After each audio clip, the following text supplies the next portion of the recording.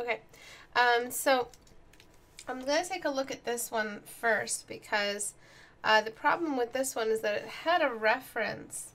And the reference doesn't have the best lighting, but it's also not the worst lighting, so we can still work with it.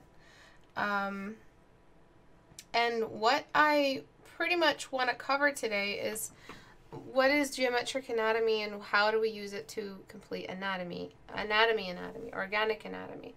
How does geometric anatomy stay preserved in organic anatomy?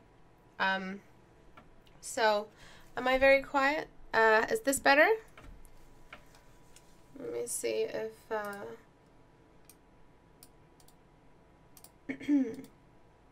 open volume mixer.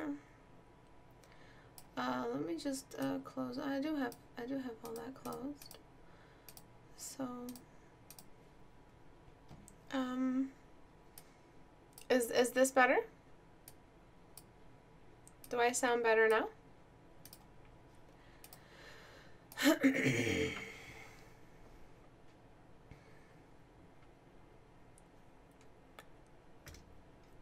I'm just gonna wait for the response. Sorry, YouTube viewers. I just have to make sure that I'm recording an hour class with the right volume. Yeah? أنا من العراق. Yeah, sound good? Okay. All right. So how do we preserve all of this? How do we make sure that we have the right approach? And the rule of thumb is the shape comes first and everything else comes after. So that means when we are talking about muscle, usually when someone thinks drawing arms, they see a picture of a muscly arm, they think, okay, let me get the muscles down. So this artist approached it with a paint by numbers attitude. Okay, so what we have is we have one patch of value. We have another patch of value. Even though in this reference we pretty much have a very defined gradient and radial build, there are some planes here that are not blending completely into a straight organic pattern gradient, but we still have pretty, obvious blending over here. Then the artist also used some contrast dependency, so we have a little bit of a sudden drop here and a really, really sudden spike over here in value. So when we're talking about organic anatomy or like actual biological anatomy of an object, students usually think symbolically when it comes to that. When they think muscles, they think big bulbous muscles. And then when they think breasts, they think spheres. When they think arms, they think sausages. So when the way they remember it, the anatomy is they remember it with a very topical memory of what that object is, and when they remember specific anatomy groups, they also remember pretty symbolically. The biggest what's the word? Flaw and fail. I was gonna say flail. The biggest flaw and fail of this painting is that there is no representation of the cylinder in the geometric anatomy here. The arm does have a cylindrical shape to it. It does have a lot of cube as well, but I see this as the bounce light, so it's more of it's a very beautiful kind of like, I'm not sure what the term is for a cube-like cylinder. It's rounded at the edges. I'm not sure what the name is for that. But that's pretty much what we're missing here. So what I'm going to do is select inverse. Deselect all this. Please focus on the class. Yes, I speak Arabic. Surprise, surprise. And let's just focus on that cylinder. So the first and most important thing is to make sure you're using the right brush per object, per geometric anatomy. So we identified the geometric anatomy as the cylinder. So one of your biggest jobs is to know what the shape that is going to help you the most is going to be. Geometric anatomy is a way to cheat. It's a way to, not cheat, that's a terrible word. It's a way to help you. It's a learning tool. It's a way to help you approach the complexity of the anatomy better. The geometric anatomy equivalent, the geometric equivalent of the anatomy, which is why I call it geometric anatomy. So right between this value here, all the values here, if we were to grayscale this reference, so let's prep this reference a little bit. If we were to grayscale this reference, first of all, if you are going to do a grayscale, always grayscale your reference as well. Never leave it colored. And we can compare. This value has no relation at all. Look at it. It looks dark, right? To any of these values. Look at that. Look at that drop. Let alone, like, it doesn't have anything compared to this value. It does not compare, let alone compare to one of these guys. It does jump back up. The bounce light here is pretty bright, but it does not compare to the whites here. Look at that. But you would think that they were. You'd think that they were values that are very similar, especially this one. This one really does look, it's as dark as this one, right? So write back to me whether or not you think that this actually at first looked like one of these guys, one of these values. But look at the difference between the two. It's the illusion that it's darker because it's surrounded by so much white. Sorry, one sec. It's the illusion that it's darker. But this artist here really did think it was darker. Really did think it was the exact same value. These are very, very similar values to each other. So when we have a shape that is curving away, we have two neighborhoods. We have a light neighborhood that is from this line out, and a dark neighborhood. All right, so the neighborhood line, I guess we would say, is the point where the shadow starts. This would be the neighborhood line. We have two separate neighborhoods from each other. Everything in here does not mix or compare with anything in here. This is closer to being one of these values. So compare this one to this one. It's still a max, you know, jump, but it's nothing compared to this one, which is dropping all the way down. And then one of these guys. So these neighborhood values, yeah, it looked pretty close, yeah. So never let this trick you, because you have to trust the fact that the light couldn't reach all of this for a reason. The light kept traveling in straight lines. Light doesn't bend back and reveal what it couldn't see. It just simply doesn't see it. So this is the high point. This right here is the high point. Okay? This is the high point. All of this. The highest point of the arm before it dipped away from the light. If the light were to see, the light would not, if the light were a camera, the light would not be seeing this rotation away. All of this looked away.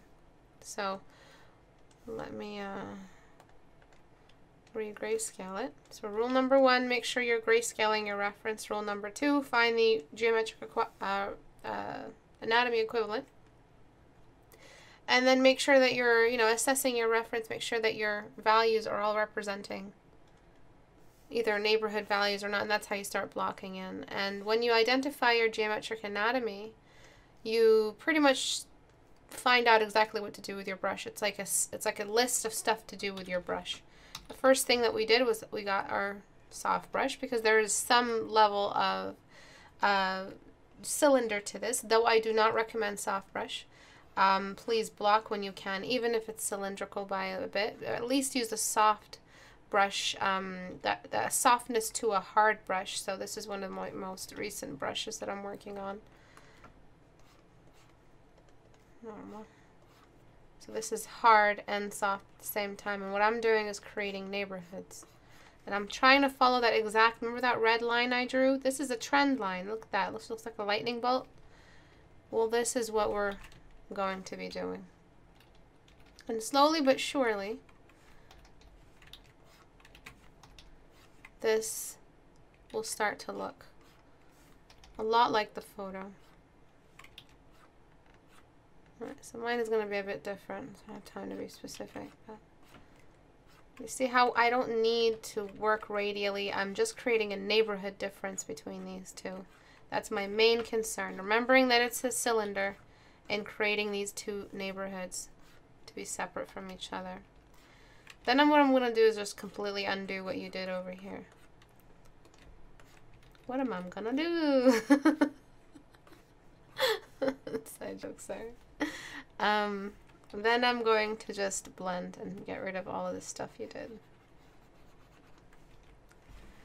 Okay. I'm also going, I know the background was white-ish in the reference, but it was not as white as you made it.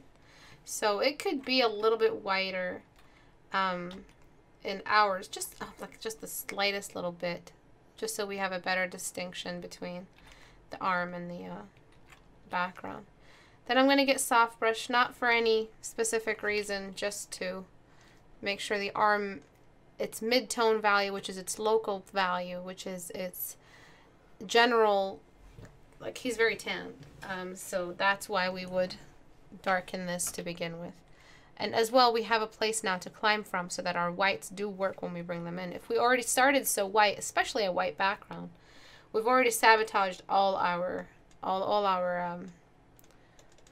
values already. So what I'm going to do now is just block in some of the lights. This brush is still a little bit crazy. I have to break it in. It's going to look a crazy kid. Okay. Then there's the terminator line. I'm just going to borrow one of your values here. The terminator line is the shape of that neighborhood line we found. The terminator line is the last little edge that fights off the light that bounces in. And then we've got some bounce light. And this is exactly what you're supposed to be doing. There's really nothing else for you to be doing with your studies other than all of this. There's no muscle definition that you need to be working on. There's no some sort of representation of any kind of wrinkling in the skin or micro detail or texture in the skin. All your concern is finding the large molar geometric representation of this anatomy, making sure you're preserving as much of it as possible. So when we have all of this intact, now what I do is blend, and I find where I need to blend. So I'm pretty much just blending around anything that is dome-like. So this is where some of that bulbousness of the muscle comes back. Okay. And there are edges. There are defined edges. There is a lot of definition in the muscle here. This person did not skip arm day at all.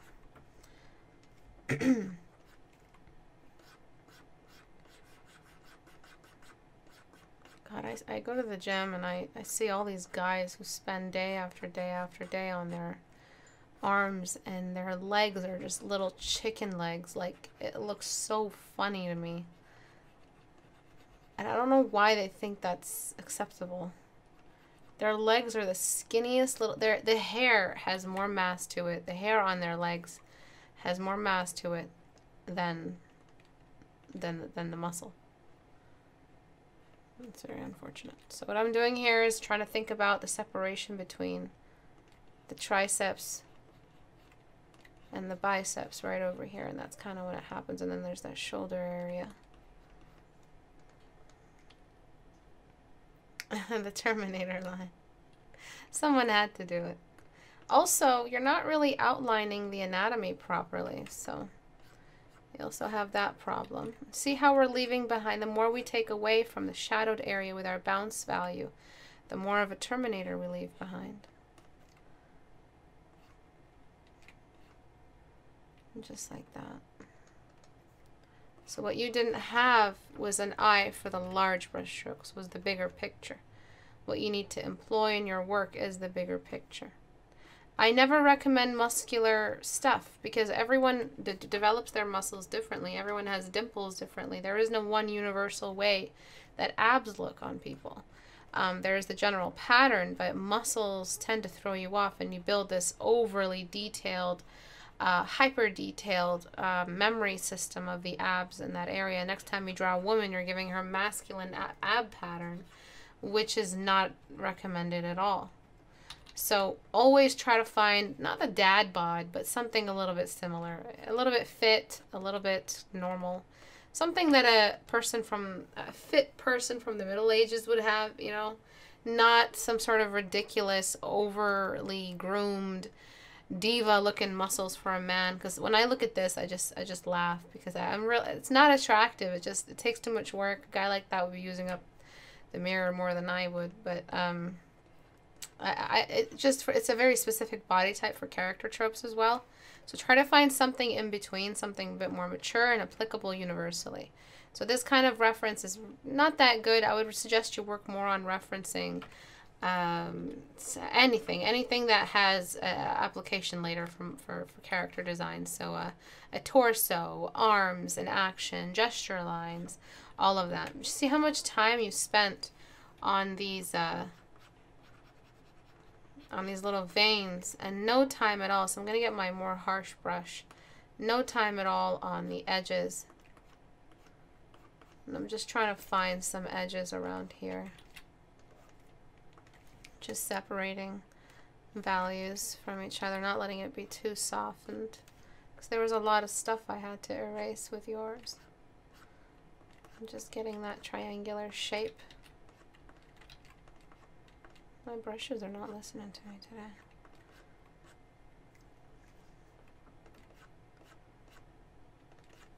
Okay, and then that moving into here.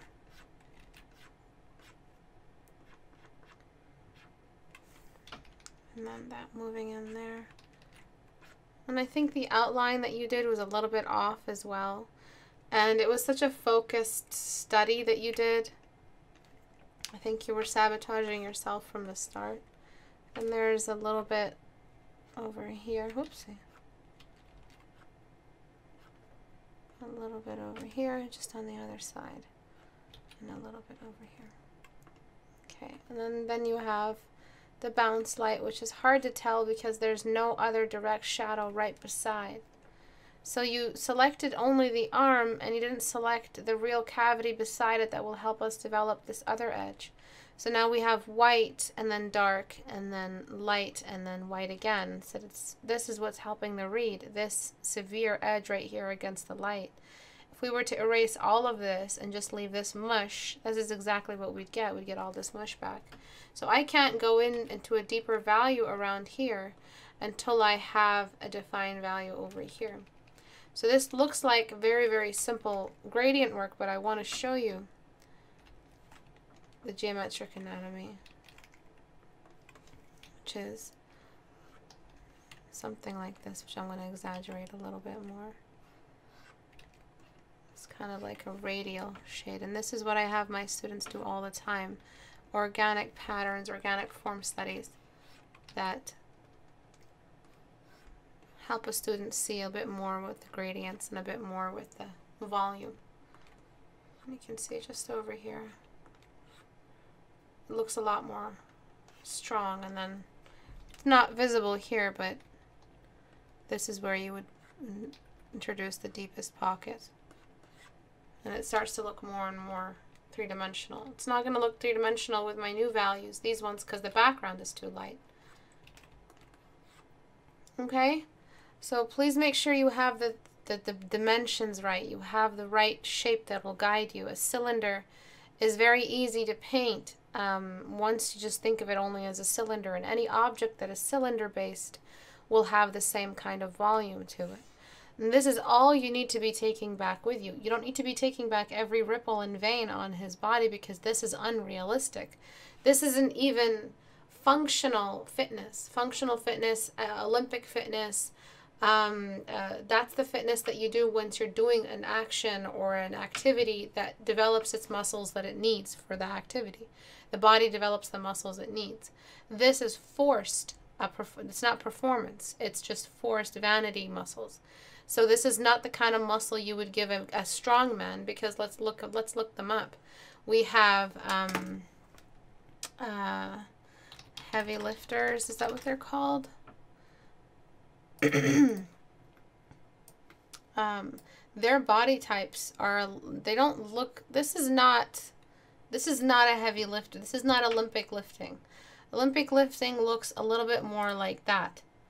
It does not have focused, centralized muscles. It looks a little bit more like that, I guess. They're very big men. They're not drowning themselves, starving themselves of water, taking steroids, and getting this ridiculous looking body type. It's a functional bigness to them. Then you have shot put body type. All right, this is actually really awesome right here. So we have boxing. None of these body types have anything to do with what we just looked up. So the abs here, I understand, but the arms are not unusually chiseled. There's no ridiculous amount of veins. The thigh muscles are amazing because what you're seeing is that, you know, this is a sprinter body. And then I want to show rock climbing also. Look at the massive shoulders he has for his body type. Very, very triangular. I don't know why this guy's posing like that, but volleyball, tall, soccer, fit, but you wouldn't say any of his muscles look anything like. So this is probably like a let's just give them a fantasy style or narrative game style, I don't know, title to them. So this would be the courtesan of the court. This would be kind of like a swordsman. I would have this guy as some kind of because he's short, so because of the stature we see him as less than. So probably some kind of minion that is super strong. So on top of his head could have been some kind of other weird head creature type. So if it's a body that, if it's a creature minion that has a very fast sprinting movement or something like that, I would borrow from this body type. Then this would be a body type that isn't too tall, too short. I would give to a protagonist. Again, functional performance body type. It's not some sort of ridiculously developed body type that we saw earlier with the muscles. So we've got shot put right here. This is what someone would call fat. Someone would see him from a distance and say, this guy's fat. Same with this dude, but that's sumo. Again, football, develop thigh muscles. I don't know, I guess with football, it's part of the vanity to just, you know, work out your muscles. I don't think they're allowed to take steroids, which is why his muscles seem pretty mild. And then baseball, very, very strong arms, strong legs. But I want you to see how heavy his upper body is that he can carry that. That's what you want to find and exaggerate for your character designs. Basketball, very, very tall. Marathon runners are so unbelievably slim and skinny because they're running for hours and hours, probably 3 hours, 2 hours. Discus, very Olympic. Again, not ridiculous muscle development. No, you know, the body looks like it has enough water. It's not dehydrated. Wrestling, strong, strong upper body. And then long distance running. Look at that. That guy is just plain skinny. He's like no fat in his body at all. And again, there is a role in game development and character design for every single one of these body types. So I guess this is an extension of the characterization we were looking at before, but really doesn't help you to memorize one super chiseled arm. This isn't super chiseled. Like I said, it's not the best reference. It's not the worst reference. But I want to make sure that you're all warned against this and that you're rendering in the right way. You didn't even have the base. So now we have a bit more of a base. Maybe I need to lighten the background a little bit. But we now have more of a base here for the, you know, for the volume, just a starting point for the volume. And before, what you were doing is you were getting caught up with the muscles and the muscle definition. And this was never going to help you.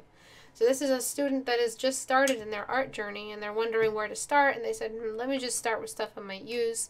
Let me just start with muscle stuff. I don't recommend that. I recommend you go straight into your form studies. Do some cylinders. Do some cubes. Do some pyramids. Prep yourself for what's required for a portrait. Because you can't have a character design line up without a portrait every single time. You have to make sure you have a face. These ones especially. Bodybuilding is very specific. You see that? It's not performance. It's not any kind of Olympic performance. It's just one specific stand there and squeeze your butt together, and then they'll take a picture and judge you on how well you squeezed your butt together. It's not performance. Golf is performance. Weightlifting is performance. This is the one where they actually have to lift something heavy. Long distance running, see how lanky and long the body is. Figure skating, there's not much. It looks very normal because of the amount of cardio they do. So remember, every one of these is going to be a character for you that you to design one day. Boxing, very heavy. swimming, very tall. None of these have ridiculous muscle groups. That's why I'm always saying, don't bother memorizing every single muscle group and show off how well you know every ridiculous muscle group. That's not your skill talking. That's just your waste of time memorizing these groups together. All you have to do is have a topical understanding of and awareness of where the biceps are and the triceps are, and the forearm length to the bicep, and the arm length to the body, and the arm length to the width of the shoulders, and the shoulder width to the length of the head. And that's the kind of stuff you need to be memorizing. Know how to lengthen the body per body type.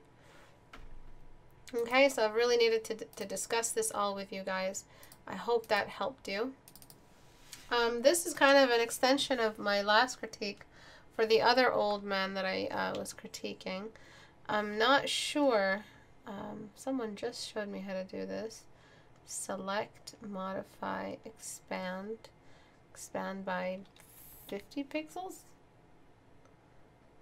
Oh. Select, modify, expand by like 10 pixels. Do I have to keep doing this? Select, modify, expand, 10. This is not working out. So we have, it'd probably be better if it was a more defined. So I can do it like this. A lot better. I don't know why there's a halo around him. If there was a halo and you were trying to make him glow, you really didn't do it in such a way where it feels like a glow. It feels like he just has some steam coming off of him. If that's what you were going for, then that's good. But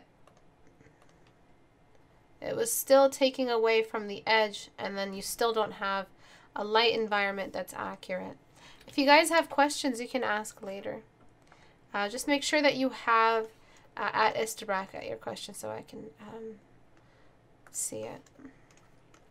Okay, so I raise the value up of the background. What's the biggest giveaway that we need a value going up? What is one of the biggest giveaways? Okay, so I'm going to bring in some bounce light. You have a little bit, but it's not enough, and it would be the bounce light coming off of this piece. So I'm actually just going to drop tool that and take that up. Then we have the background value, which I'm going to use as the bounce light for some of this. What's the biggest giveaway? Refine edge isn't really worth it in this case. In this case, refine edge. Okay, so then we have this, I guess what you were doing is an ambient kind of light. So it's so you have some more of it over here, and you kind of have that edge. So now I can tell what you're doing. Okay.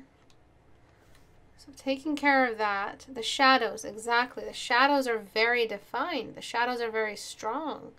It's either a big torch nearby, which means that the room has to be all the way down here, if that was a torch nearby.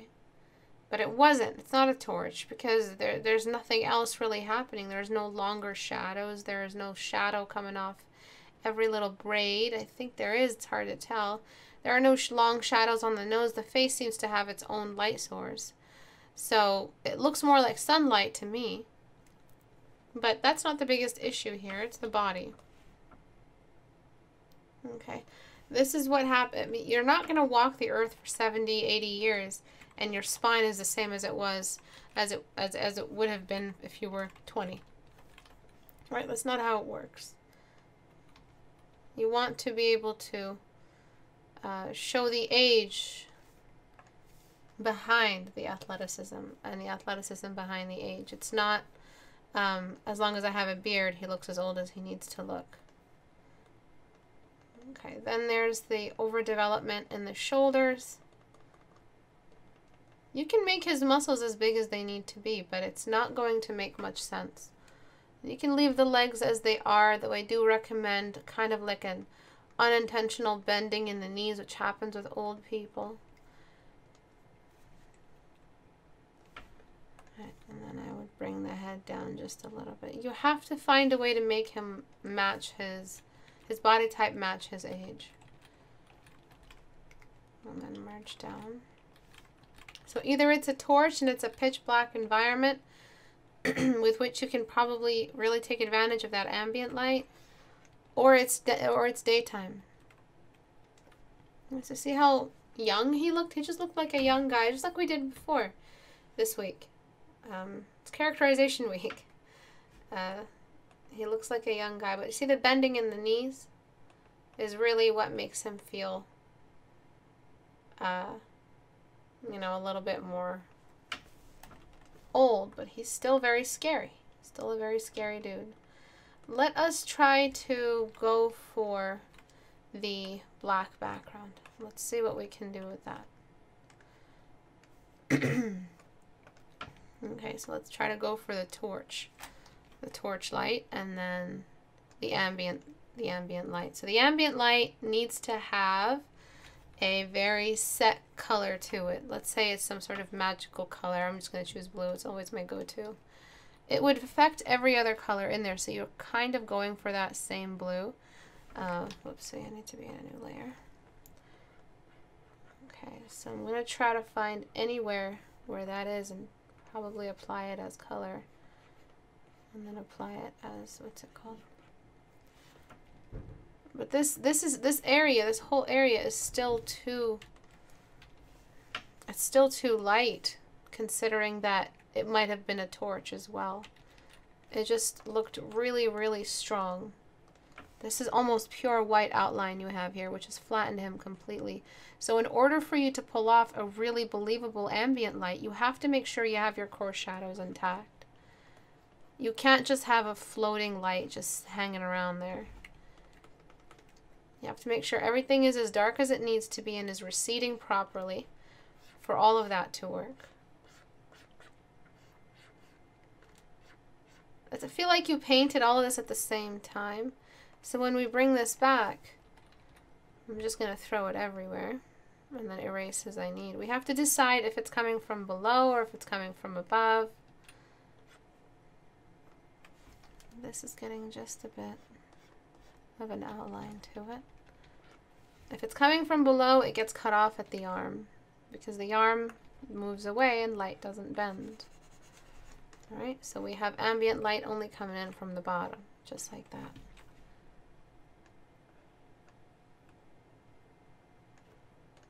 Alright, and you can just strengthen that as much as you need to, and you have some ambient light just hanging around.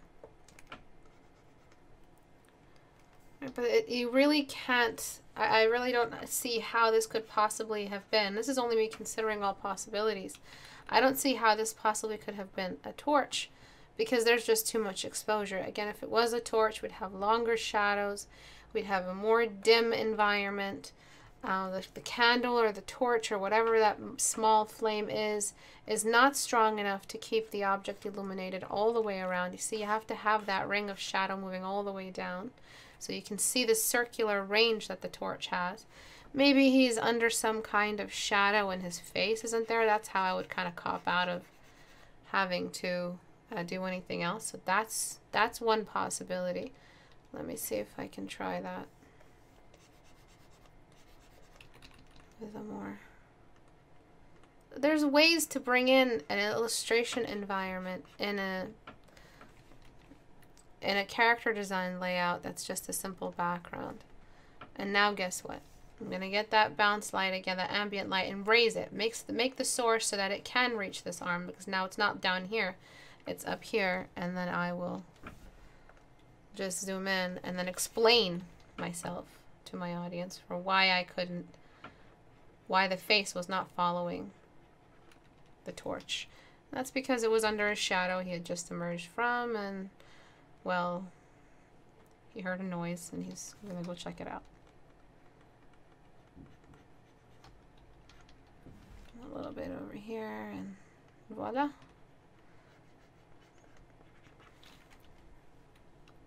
So you see what happens when you think about your light source?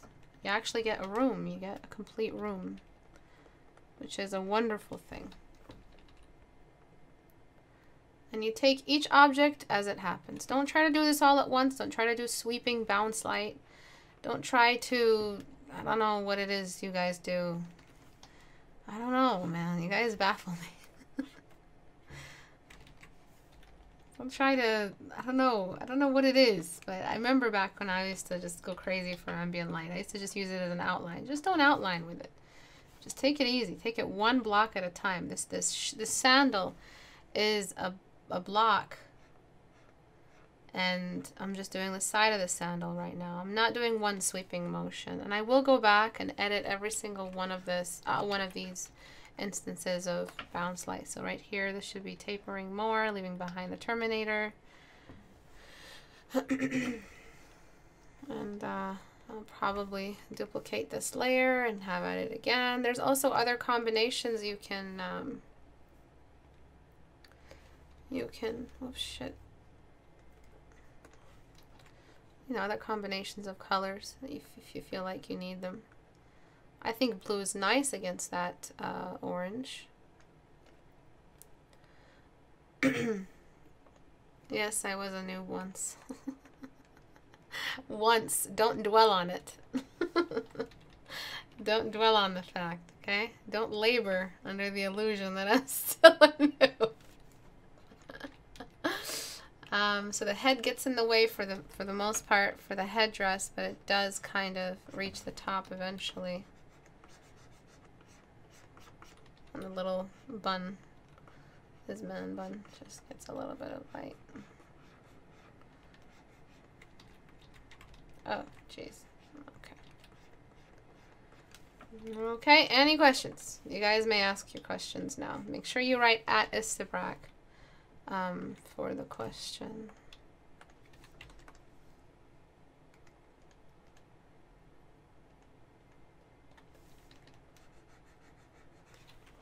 So we weakened the light source coming out of the torch. This explained that massive shoulder. The reason why I saw a torch is because of this shoulder shadow. That's why I saw that torch.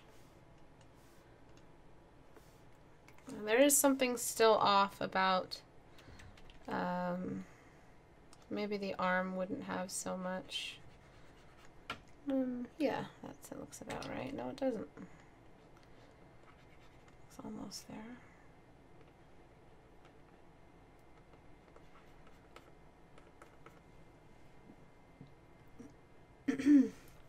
Ambient light is like noob catnip. His body looks like he's 25, yeah. The yellowish straps doing squats. People shrink when they get older, yes. Are harsher shadows harder to do? No, not really. You just have to remember the light is a vanishing point. So that means all the shadows point back to the light if they're expanding. If you put a candle in the middle of 4 marbles, the shadow of all the marbles will always lead back to the source as the candle, to the candle as the source. What is the keyboard shortcut if you Control Z too far and want to get where you need to be without opening up history? Control Alt Z, I think.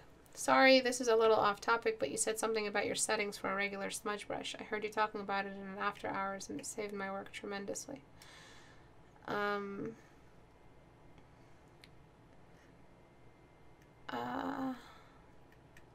Is that a thank you or is that a question?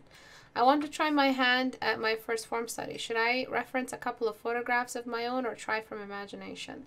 What I do with my students is I try 2. I try one without to diagnose where they are, to know what they have in there.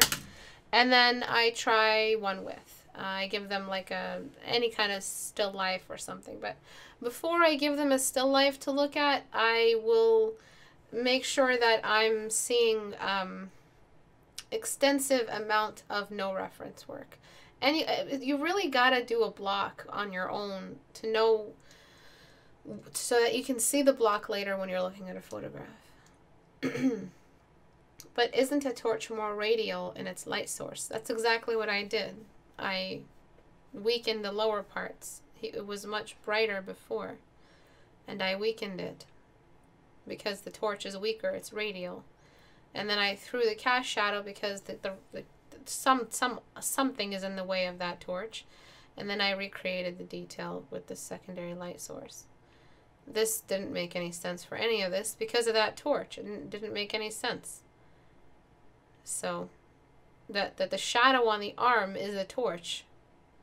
And this light background didn't make much sense. And this didn't make much sense because he seemed to be glowing. Which might be something you want to do, but you got to know how to do it. If you really want to make it feel like he's glowing.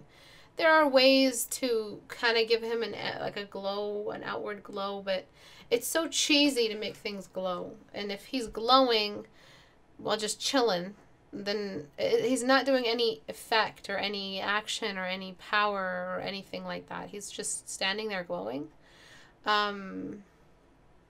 Is drawing naked girls for study haram? Good question.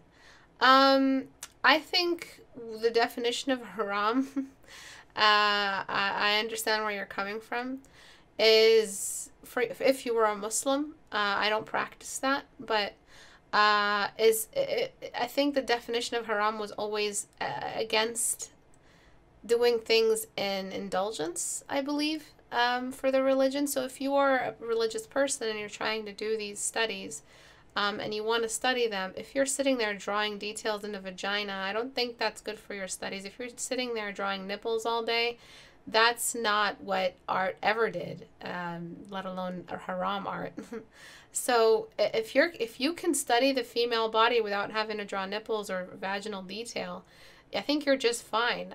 Even the butt crack doesn't have to be drawn, because you're just studying arms, you're studying body, you're studying waist, you're studying legs and thigh thickness and shins and knee bones and ribs. You don't have to draw the nippular areas in order to do a study. So, sitting there sweating, oh, I am disappointing Allah right now because I have to draw these nipples. Sorry about that. I have to draw these nipples. You don't have to draw the nipples, okay? You don't have to draw any part of that. You can draw the breast without nipples. You can draw the butt without the butt crack. You can draw a crotch area without any kind of detail there, okay? I think that will be kind of good for your situation specifically. I don't care. I just draw the vag all the I'm joking. I don't. Okay, thank you, that makes sense. Thank you. Just tell everyone about your but I think you should tell everyone about your settings. I'm not sure many people know how to work with smudge brush and what texture it needs to work properly.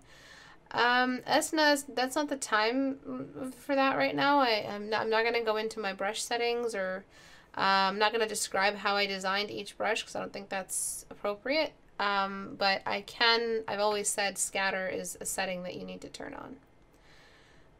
Should the ambient light be altered by the color of the object it illuminates? Should the ambient light be altered by the color of the object it illuminates? If it's strong, it's going to be dimmed a little bit, but I wouldn't say the orange is going to fight back and gray it out that much.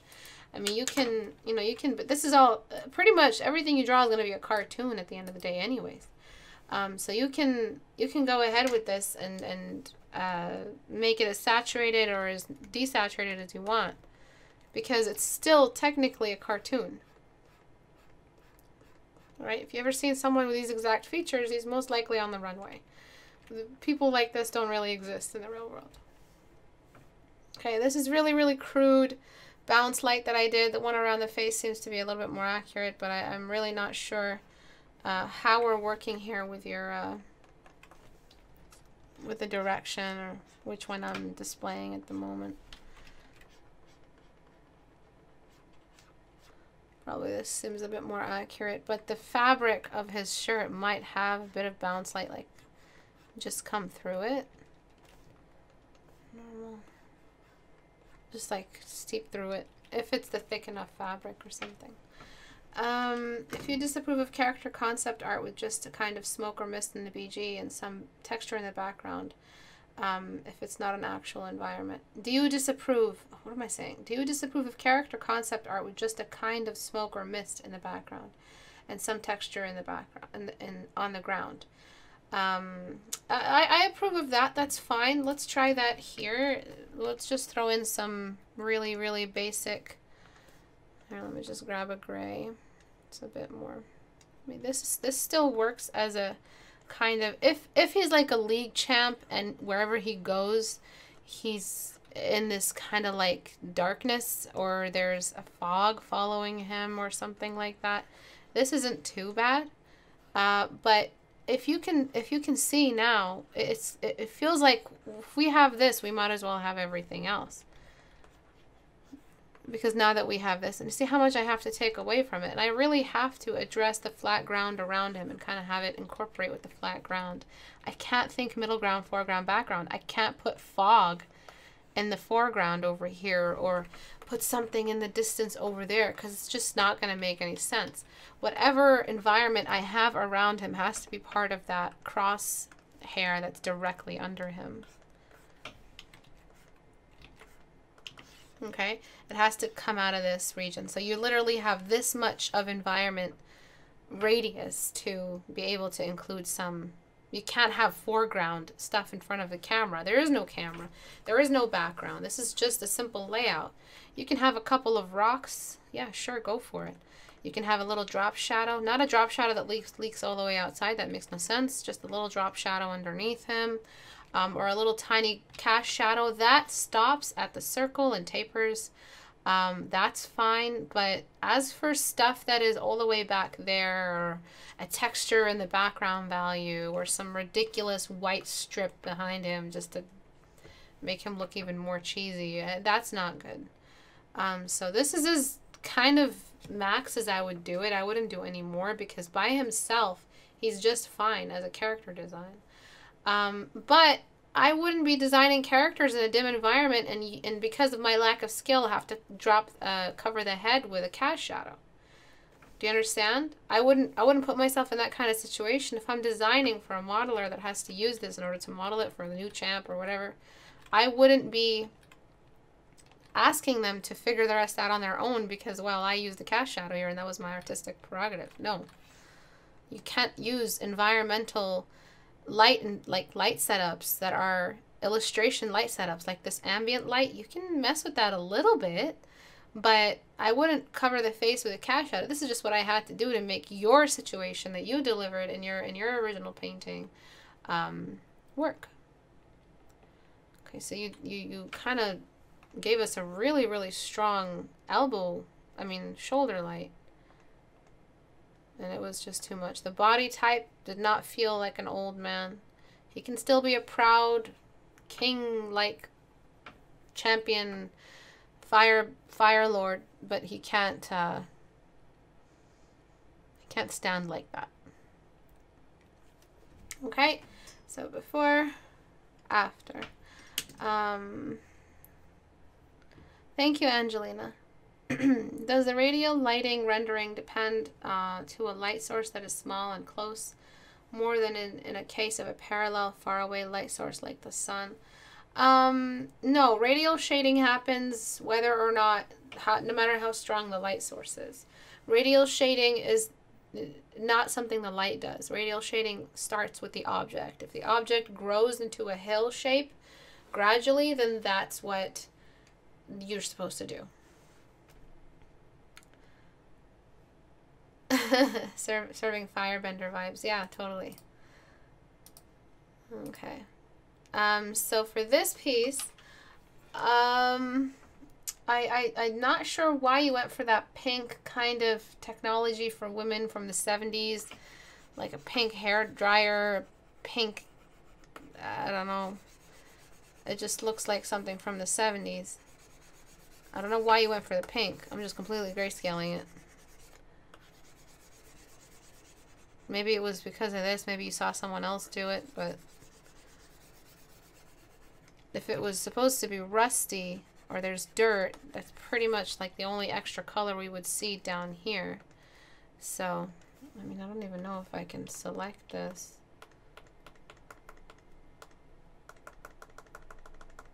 Yep, I can. Thank God. Thank God Almighty. Select inverse. So where the ground is closest to the metallic surface, then we'll have some ground reflecting color. So right down here, there would be some of that ground color. If there's a little bit of green, we can just toss in some green. Oops, not like that. Just a touch of green, just on the bottoms.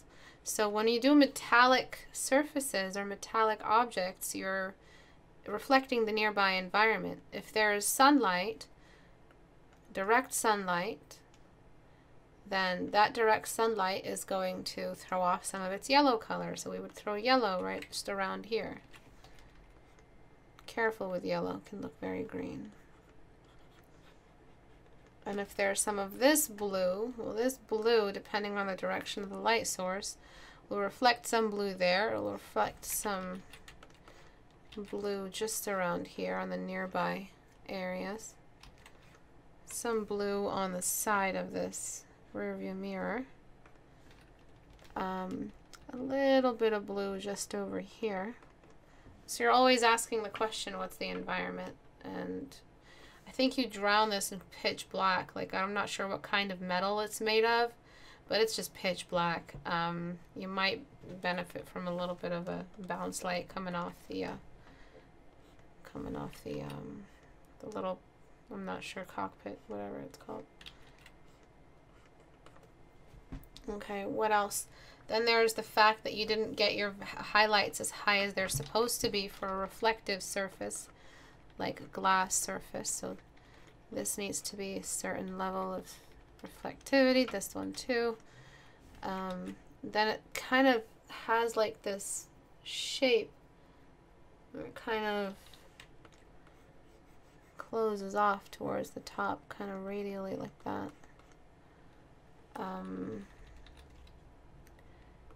Then there's this facing directly up, so this whole section should be a little bit darker. So we have a clear top side. This is not as high as this piece, so it shouldn't be that bright. This over here is not facing in the same direction, so it shouldn't be that bright. So you're going to decide what's the highest point of the cube, and that's what you're going to make the brightest. And then you have the fact that, you know, unless it's like been painted and spray painted, we should still be able to see the inside. So we should be able to see some stuff on the inside, maybe like a chair. Just anything to show off the inside. Maybe like a steering, just a quick image of a steering wheel. And then I would desaturate that blue because it's just too strong. So you gotta know what you're working from, because that pink really, it just looked like a really old Barbie doll machine. It didn't really look like, you know, what you'd see from stuff like a, obviously this is kind of some sort of exploration vehicle or something, or what are they called? No, just some sort of like a thing. And then if there are trees, these trees are giving off their color. So what I usually do is I throw a whole white in there, and then I get hard round, and then I erase at what I think the tree reflections will be. And then I kind of just let it get distorted. It's really not about making it perfectly clean. And then I blur. Be more careful with how you're distorting. How you distort this is all, it's everything. So make sure you're distorting properly. But that's kind of some environment nearby, but this means we have to try that over here. So as you can see, we're not painting the texture. When it comes to stuff like this, we're not really painting texture anymore. We're painting the environment through the texture. I'm also going to get some dirt and just get some full-on dark, hard soil and just toss that on top of some areas here. Just try to find like a nice messed up brush. I'm just going to use my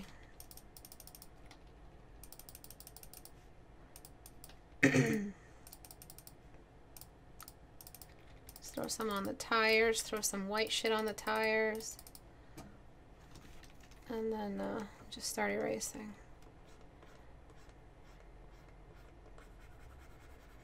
Problem with using these stamp brushes is that you might mess up and not represent like the amount of focal point that you need. So eraser brush is sometimes something I do to get texture, so I erase with a textured brush. See that? Then we get a texture back. I'm just using my mouse because it's just so much easier. All right, any questions, suggestions?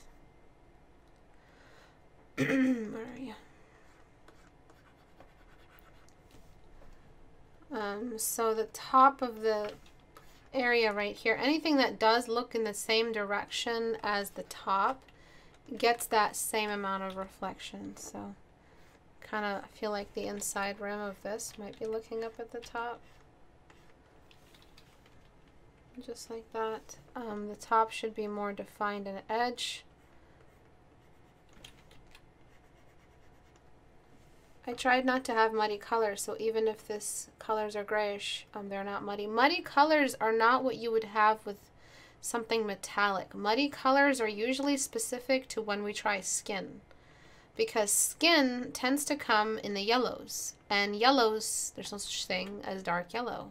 So when you're grayscales and you're painting skin and you're using gray values for something that's supposed to be eventually an olive skin tone, that's when you end up getting muddy colors, because you're trying to represent a color that's muddy colors happen when you're trying to represent a value that is supposed to be a bright color when it's colored.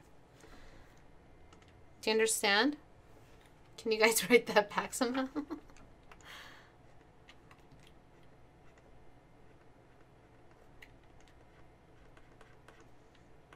Okay, I'm just trying to set up some more edges here and then we'll be done. Alright, and then anything that faces up, okay, Ed? So right over here. Anything that faces up at the light gets the exact same value. Shit. As the top. Do you see how nice that is? Same value as this, anything that looks up. If this is a shadow, then the light is directly top down. This is a reflection, it's top down. Yeah, it seems to be, everything seems to be okay, top down. Then you just have to go to anything that is facing in the same direction. So if, like, let's say this are all facing the same direction, and they all get the same level of darkness. Okay? As for the design, I don't like it because it's cute, but you're kind of trying to do angular and scary and big and bulbous and Pixar. You're not really going for one thing at a time. If this is supposed to be the ship of a good guy, it's only fun and nice to look at when we look at the little cockpit here. But over here, what the heck happened? This looks like a bad guy's attachment. This looks like a bad guy's accessory. See what I'm saying? You have circular, and then you also have extremely masculine frontal areas. So again, I don't understand where you're pulling from at all. So what you could have done is been a little bit less gradual with this little pinch at the top. But I recommend some more like mossy stuff, anything environmental that might be there. If you were going for, you know, lights that were turned on, just turn them on. Anything to get the vehicle kind of like feeling like it's an active vehicle. You can even cheat, even though the light environment wouldn't allow it. Maybe it's just the dust nearby or something. You can throw some light forward. Just like that.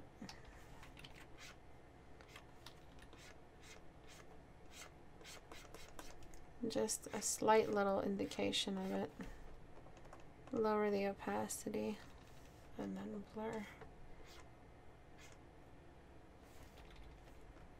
Oops. Not blur, smudge. Now just erase this edge because it's a little bit awkward. What else could you reflect? Some of the nearby environment colors, like if there are greens, you can throw some of those greens on. I think that might help.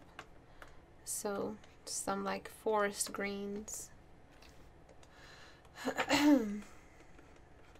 That won't be directly visible. It'll just, you know, kind of chill there and make the blue more blue-green. But at least we brought in some environment. Okay? It's a cute bad boy. And then let me do the before and after. And you'll see what I mean with 70s electronics for women. It just looked like a blow dryer in the 70s. This is a little bit more accurate. And I mean, if you want to saturate this one, let me just show you what I mean. You see how the green got all saturated and mossy? I would keep this and then desaturate the rest. Do you understand? So,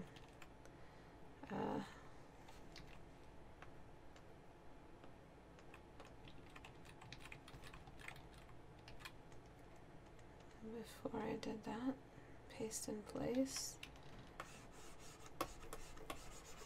See how I kept the old layer, but kept the new saturation? Just anything to ignite the presence of a nearby environment, because that's the only way you make metallics work. Okay, so before, after, and then we just illuminated the rest. I think the design is holding it back a bit. But that's it for today. Any questions? Abraca was saying people tend to paint muddy looking skin because a lot of skin tones are close to yellow. It's easy to make yellow muddy because it can only exist at a high value. Thank you, Antares. I don't think I was being very clear. Unless metal is covered in mud, then ignore previous, write that back to me note. If it's completely covered in mud, then it's no longer a metal texture. It's mud. You know, oh, it's fabric until you cover it with mud. It's no longer fabric, it's just mud, dude. Okay, so that's it for today.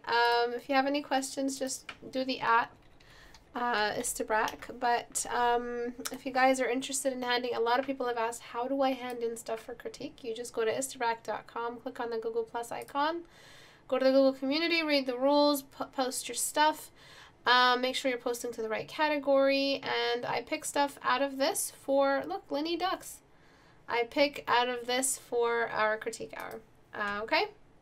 The sale will happen on the week of the 24th. Some people were asking me to delay it. I will probably do it on the week of the 24th. Between the 18th and the 31st, 2 weeks where Portrait Studio will only be probably $40 to $45 compared to the 65 or $70 that it will be after the update. So if you are planning on buying Portrait Studio, please, please wait. I don't want you paying double from what you're supposed to be paying. Like, so that's going to be really sad. And that's it. Thank you, everyone. Bye.